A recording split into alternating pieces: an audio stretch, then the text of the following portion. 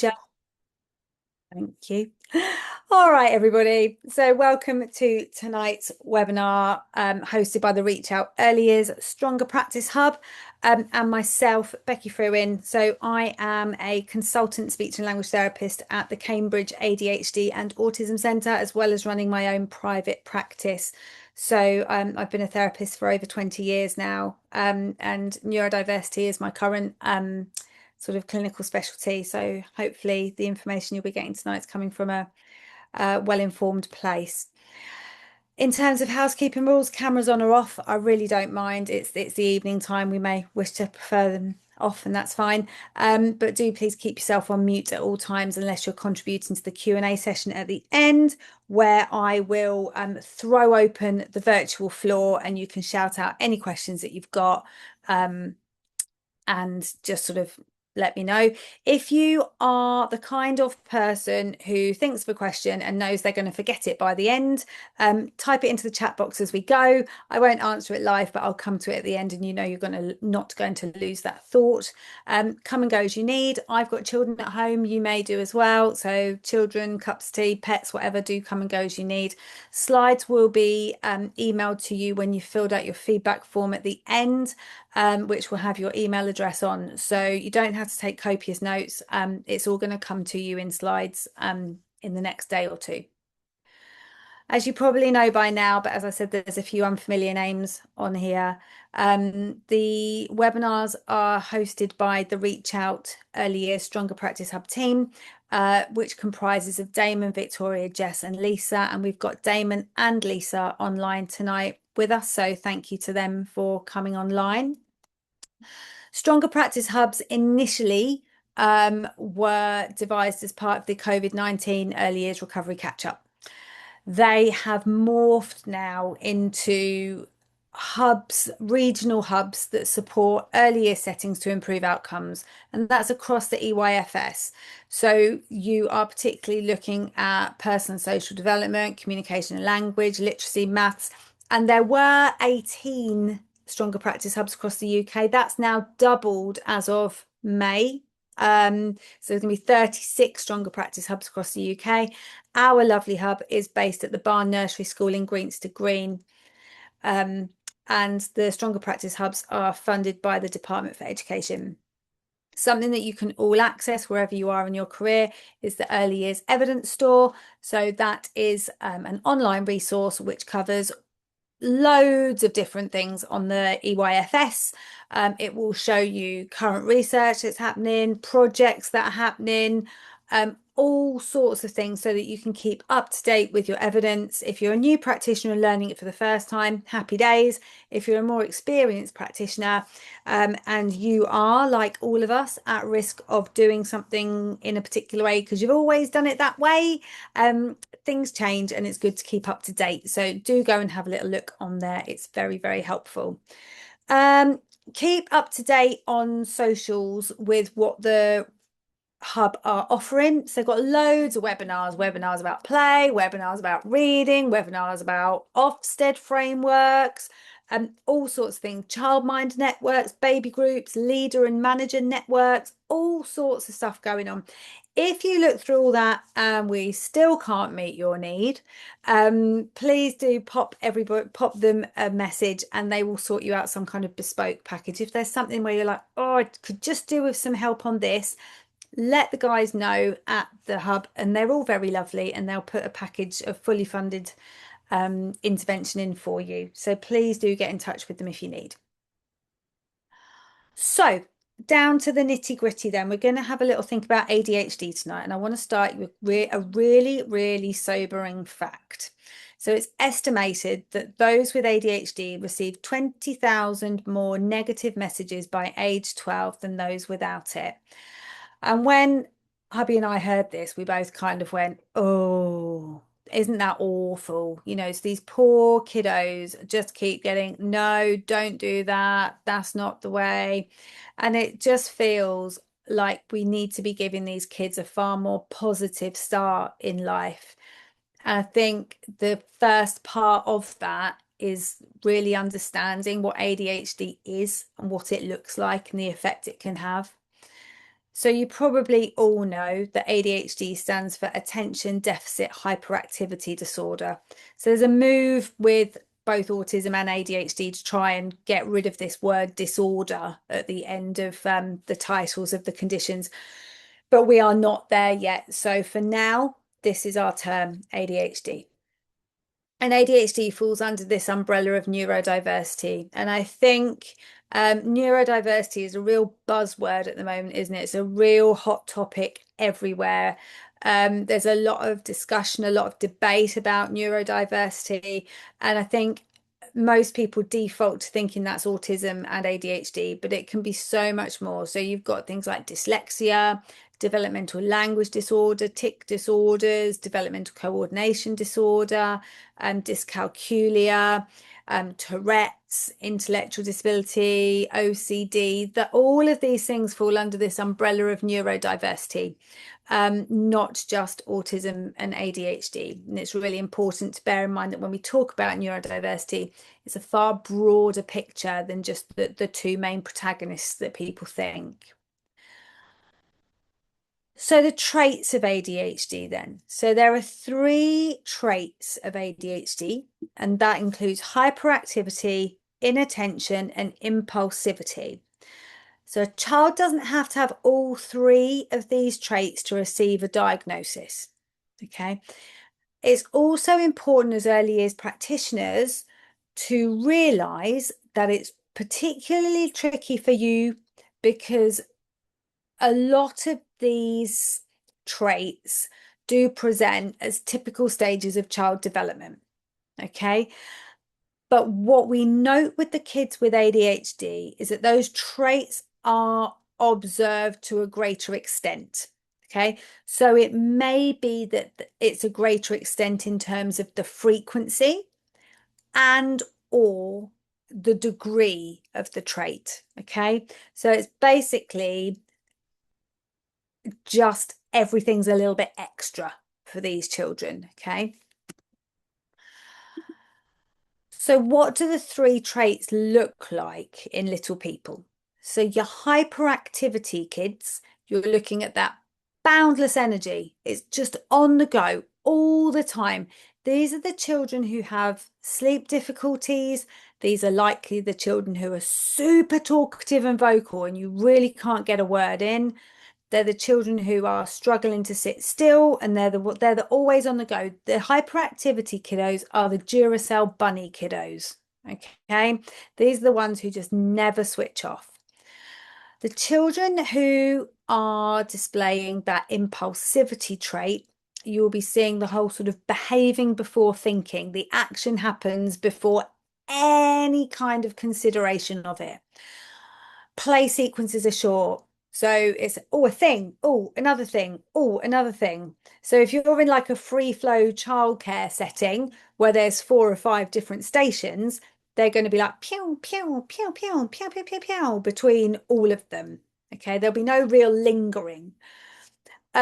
Reduced risk awareness. These are your ones that you're going to be watching and probably filling out a lot of forms about.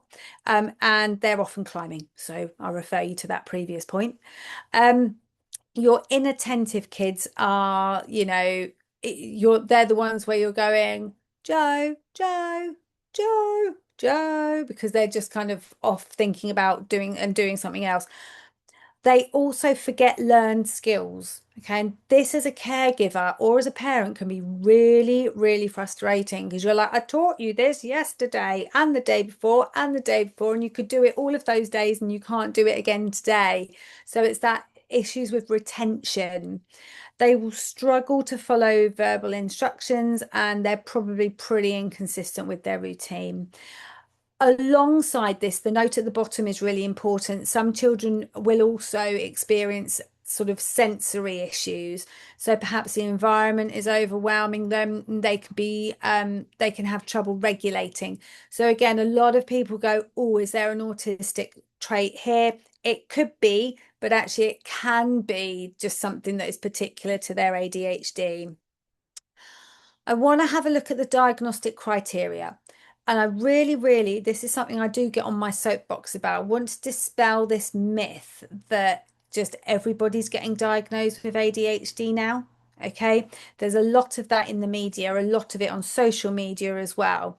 And as a clinician who is part of a team that does diagnose ADHD and autism, I get really, really sniffy when I hear that narrative, because actually all clinicians are bound by following these diagnostic criteria, and we do. And if a child or an adult doesn't have ADHD but has traits, we will not diagnose it.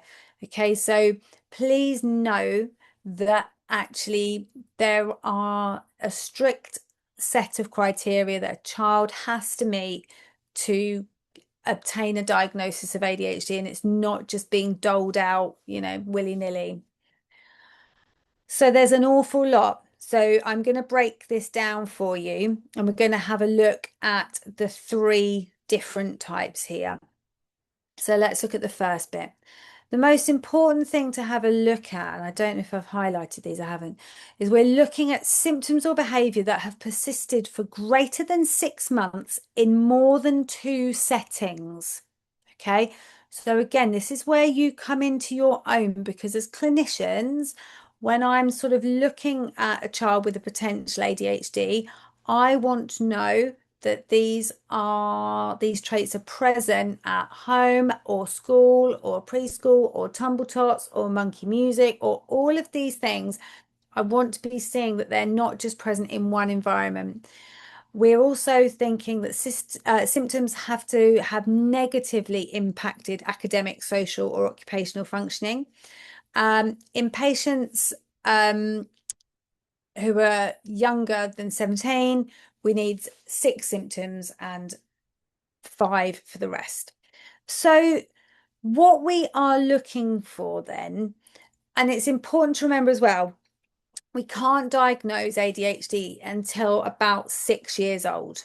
Okay, so in your role as an early years practitioner, you are going to be gathering early evidence and sort of thinking about what may happen in a few years' time when this child is sitting in front of the pediatrician or the multidisciplinary team thinking about ADHD. So we will be looking for poor listening skills, children who lose or misplace things, whether they become sidetracked by things that are really unimportant. They might forget daily activities, their attention span will be short, they lack ability to complete schoolwork or to follow instructions. So, staying on task to actually, understanding what you've got to do and then staying on track to do it is really, really hard for these inattentive type ADHDers. They will avoid homework completely or activities requiring concentration. Homework is a literal nightmare. And they fail to focus on details. So what you're going to see is what looks like careless mistakes, but it isn't careless mistakes. It's just that inattentive neurotype. So hyperactive kiddos, these are the ones who are squirming when they're sitting on the carpet or fidgeting all the time. And I am not necessarily talking big fidgets. So our little kiddos, particularly the girls, will be doing this. So it might be a bit of a hair fiddle. My youngest daughter who's ADHD, she will get the kind of seam on a t-shirt and just sort of run her fingers on it like that. So a real micro movement, but it's happening all the time. We are not talking big, huge fidgets. It can be really, really micro. Okay. I assessed a young person for autism the other day, and they had their hands under the table just doing this. So, it's very probable that there's some kind of ADHD component there as well. Again, you wouldn't have noticed it unless you've been looking really hard, because they can be tiny micro movements. They will appear to be restless in a way that they can't really control, and they will appear to be driven by a motor, like I say, these real Duracell bunny kiddos.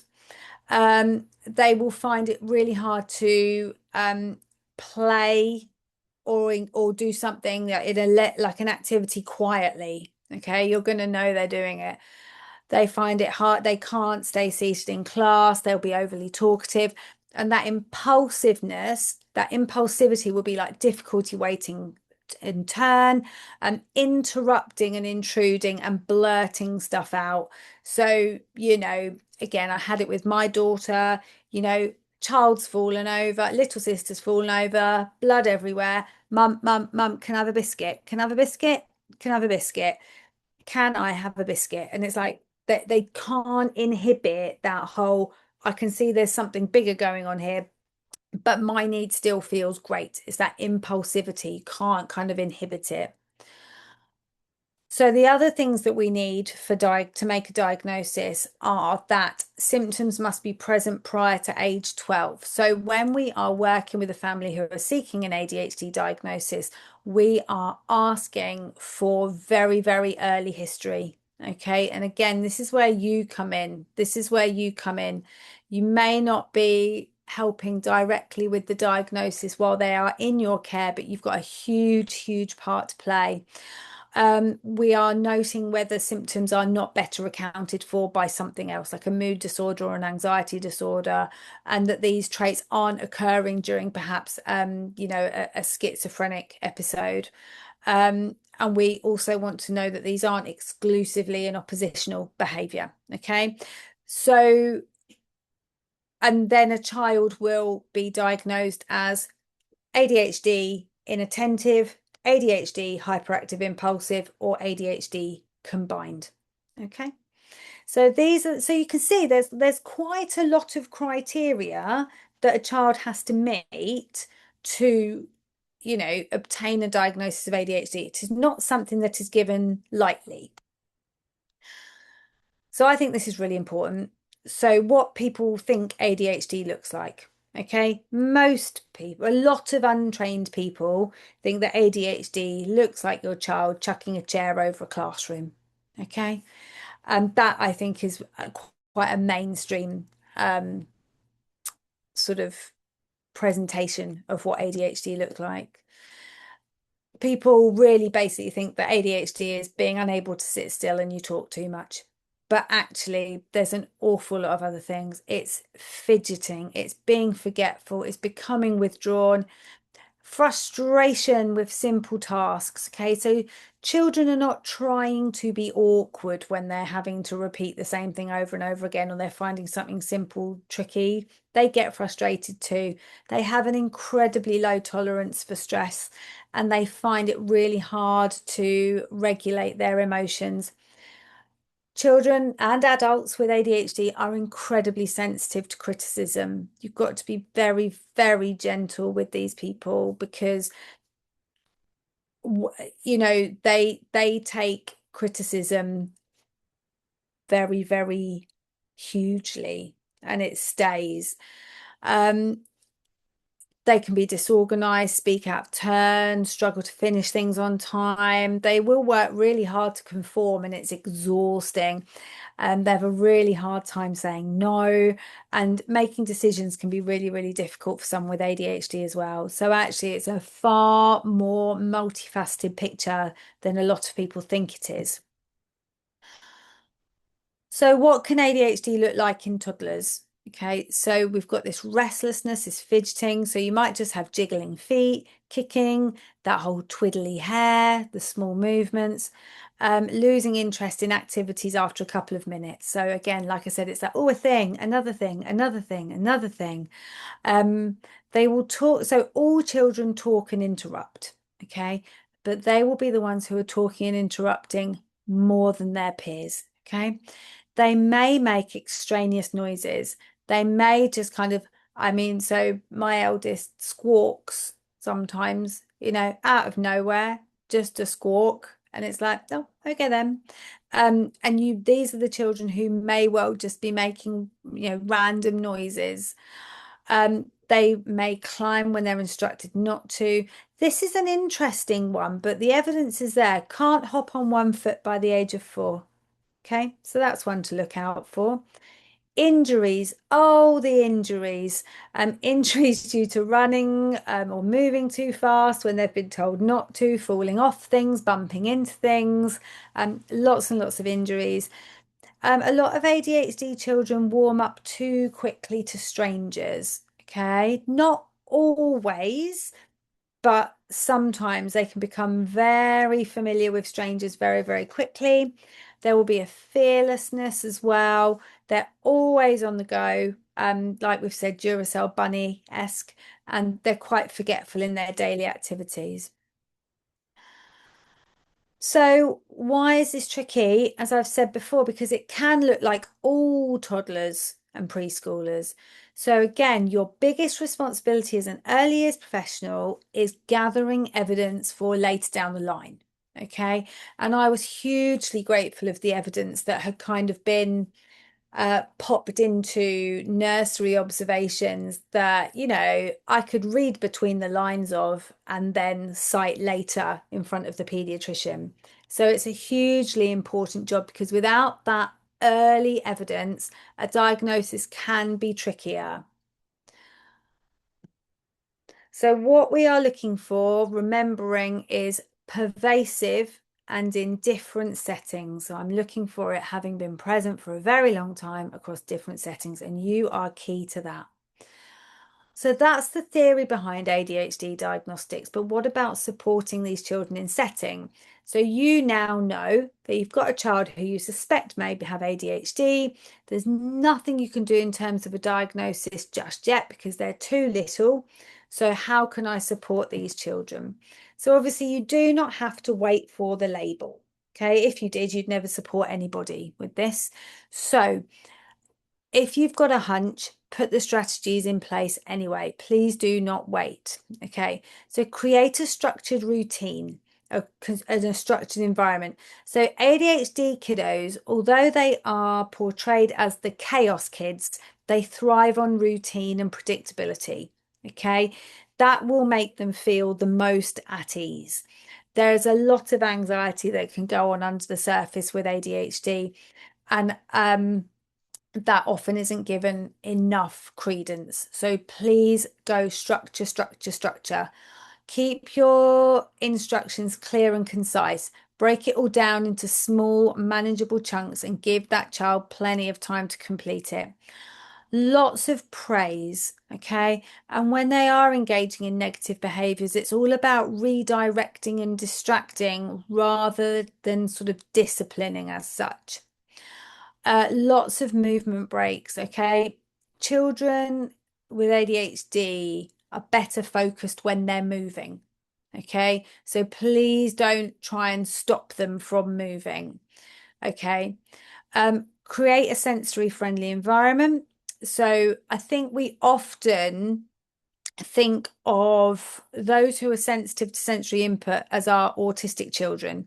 So the first thing to say is that there is a massive, massive overlap between ADHD and autism. Okay. But children with ADHD, as I've said, will be sensitive to sensory input. Okay, so turn down those bright lights, keep the loud noises to a minimum as much as you can. Strong smells, even can something like that, like if you've got a new perfume or you've recently sprayed your body spray or something, that can really dysregulate a child with ADHD as well. Collaborate with the parents, okay? Develop a consistent approach. Okay, so just communicate regularly. You don't have to say, I think your kid's got ADHD, but by all means, just say, oh, do you know what? In setting, we've been doing this. It's been really helpful at helping them to concentrate a little bit longer. Okay, it's all about how you phrase it. So, in addition, there are some other things that you can be doing. Visual cues. So, visual cues help children with ADHD to stay on task. Also, visual cues stay there. So as soon as I have said, we're going to do this, then this, then this, those words have disappeared. And if I am an inattentive type ADHDer who has trouble retaining things, that will disappear really quickly. But the visuals will stay. And that's really important and making a child feel safe and secure. Provide breaks, okay? Lots of breaks throughout the day. It can be just a movement break, a little stretch break, anything. Be patient and understanding. That's really key because, as I say, these children are not trying to be difficult. They're just really struggling with what they're having to do. Educate yourself and others about ADHD. The more people like you who have come to a webinar like this, the better we will be at supporting ADHD kiddos and also support research where you can. Exercise. Exercise is really, really good for all children, obviously, but particularly for our ADHDers. So research has demonstrated that exercise has a similar effect to that provided by the most popular ADHD medication. And it stimulates the production of dopamine and norepinephrine. So exercise is kind of like your natural ADHD medication. And the more complex the movement, the better, because actually more areas of the brain are stimulated. So something like martial arts or skateboarding or rock climbing, where we're moving lots of different parts of our bodies at the same time, are all particularly good because again, that brain is working really, really hard. So in an early years setting, how can you, get the most exercise in, not a massive place probably. So balance bikes, little obstacle courses, um, little trim trails if you've got the space for it. Anything like that is going to be super, super helpful. So areas of speech and language that can be affected in children with ADHD. Okay, so it all comes down to our executive function. Okay, so our executive function are those cognitive skills that help us out with planning, working memory, prioritizing things, and organizing things. And when we have ADHD, executive function is really heavily compromised. Okay. So there are difficulties for children in working memory. So working memory is keeping something in our heads whilst processing it or while using it. Self-monitoring, so how well we can monitor what we're doing in the moment. Planning and prioritizing, initiating a task, so getting started, keeping track of things, impulse control, emotional control, and then also that flexible thinking. If things aren't going the way we had thought they were going to go, can we be flexible? So all of these areas are executive functioning skills. And if there is any kind of compromise in these, that can have a knock on in terms of language, in terms of our social communication. So if you have trouble paying attention, you may not be able to pick up on social cues the same way other children do. So I see this a lot with the deaf children that I've worked with. So for the first 10 years of my career, I worked with deaf children. And then for the next decade of my career, I've been neurodivergent children.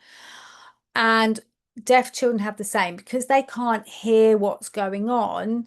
They just kind of do their own thing and they don't get what we call that incidental learning. They don't kind of pick up and go, oh, so and so's being told off there. I wonder what's gone on. Oh, yes, I can see that they're getting told off because. And so now they're feeling like this and their face is doing that and the tone of voice is the other. And actually, it's similar with ADHD. If you're buzzing around and you're sort of, doing the other things, you're not going to focus on other things that are happening and you miss out on all these little incidental learnings in terms of social communication. Narrative skills. It is really hard to tell a story in a coherent manner, stay on topic, and give enough background information. Okay, so you often find you might say to a child with ADHD, oh dear, you're crying, what happened? And trying to piece together what they tell you can be really, really tricky because their thinking is kind of all over the shop. Okay, and they will need some scaffolding to help them break down how to tell you the story in a coherent manner. Vocabulary. Vocabulary is a really, really tricky thing for children with ADHD, but it's so important because we know that vocabulary is one of the biggest indicators of academic success. So if you're struggling to keep up with the pace of information coming in, you are probably going to miss new pieces of vocabulary. And these gaps form quickly and they're harder to fill in over time. Okay. Word retrieval skills is kind of a knock on from the vocabulary thing. So children with ADHD often have trouble finding the words. And what you see if you really sit down and listen to a child with ADHD is they are using more generic words such as things like stuff or thingamajigs or doodahs, okay? Or they might have a sort of closely related word, like they might say, oh, you know that heartbeat thingy that the doctor uses, because they can't access the words that they want. So if you really listen to ADHD kids, you will see that actually it's you doing a lot of the work to make sense of them, and it's you filling in, it's you using your skills as an adult listener to fill in what that child means. And if you really, really look at it, there'll be several words there that don't have an awful lot of content, but you're working hard to fill those gaps in.